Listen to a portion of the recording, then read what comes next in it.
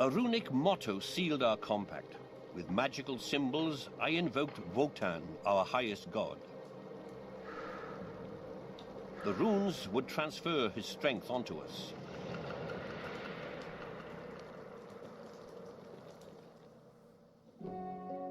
Runes are written characters, but they're also of cult significance. Linguist Edith Marold has been working on discovering the secrets of the runes for a long time. Linguists still haven't been able to decipher the runes. Certain words have lost their meaning, they are unintelligible. Others can still be translated 1700 years later. Crucial for the decryption are words that have survived in the German language, because modern German developed first and foremost from the language of the Germanic tribes. All the words present on the stool still exist in modern German.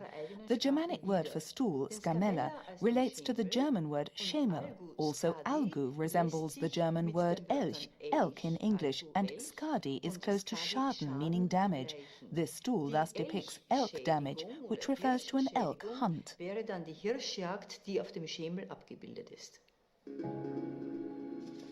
Pictures support the runic writing.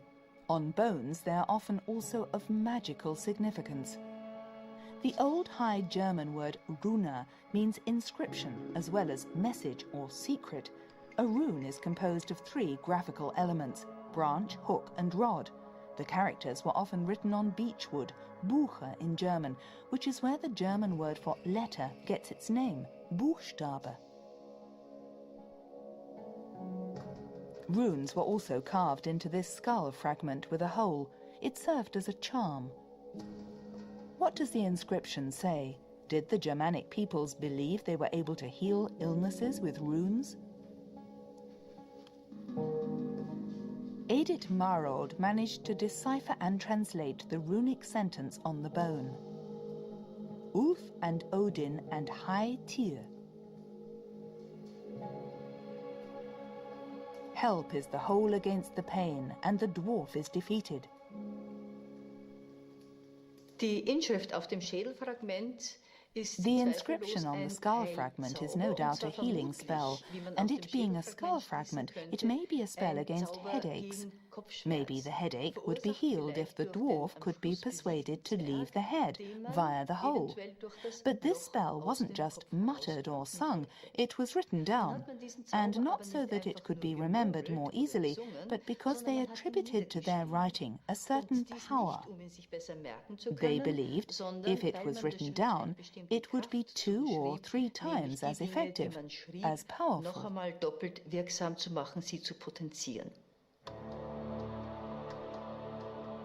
The spearhead from the grave in Wurmlingen was also engraved with runes. Idori.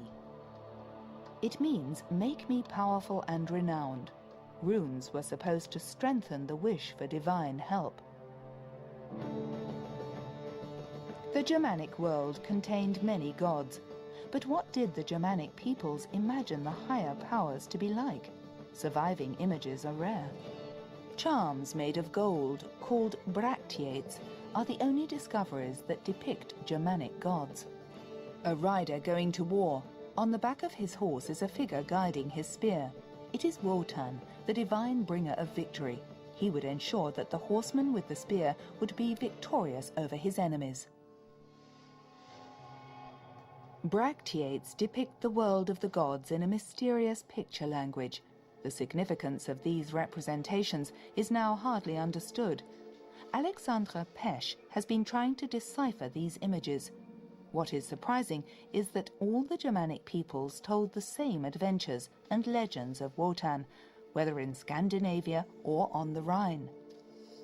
The divine legends were only passed on orally until some of them were written down during the early Middle Ages.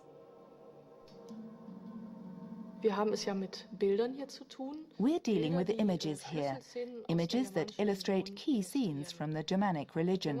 If we try to interpret these images, we need the correct context, the background stories these images are based on.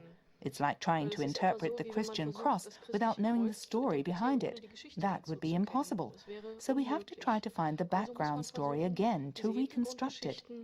For that, we can use parallel traditions from another context, because the Germanic tribes themselves didn't leave any written evidence behind. One such parallel tradition is the second Merseburg incantation. The manuscript tells the story of the healing of a horse.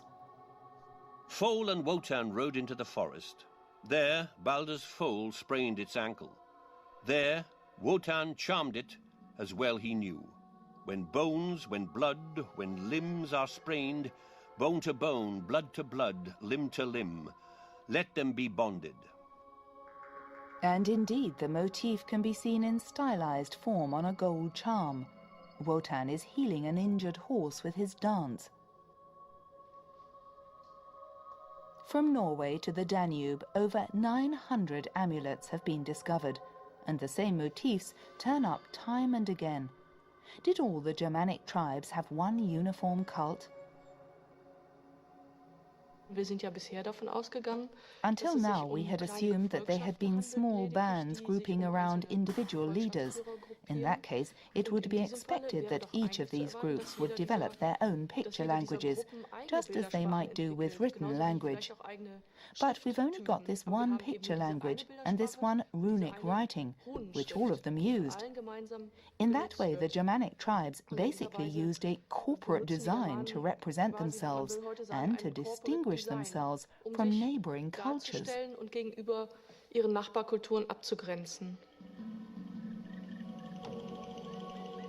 A surprising realization. Despite war between the different Germanic tribes, they were nonetheless united by a common faith.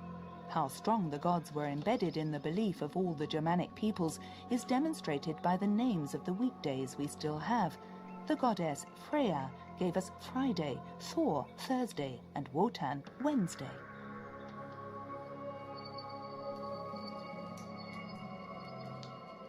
Make me powerful and renowned,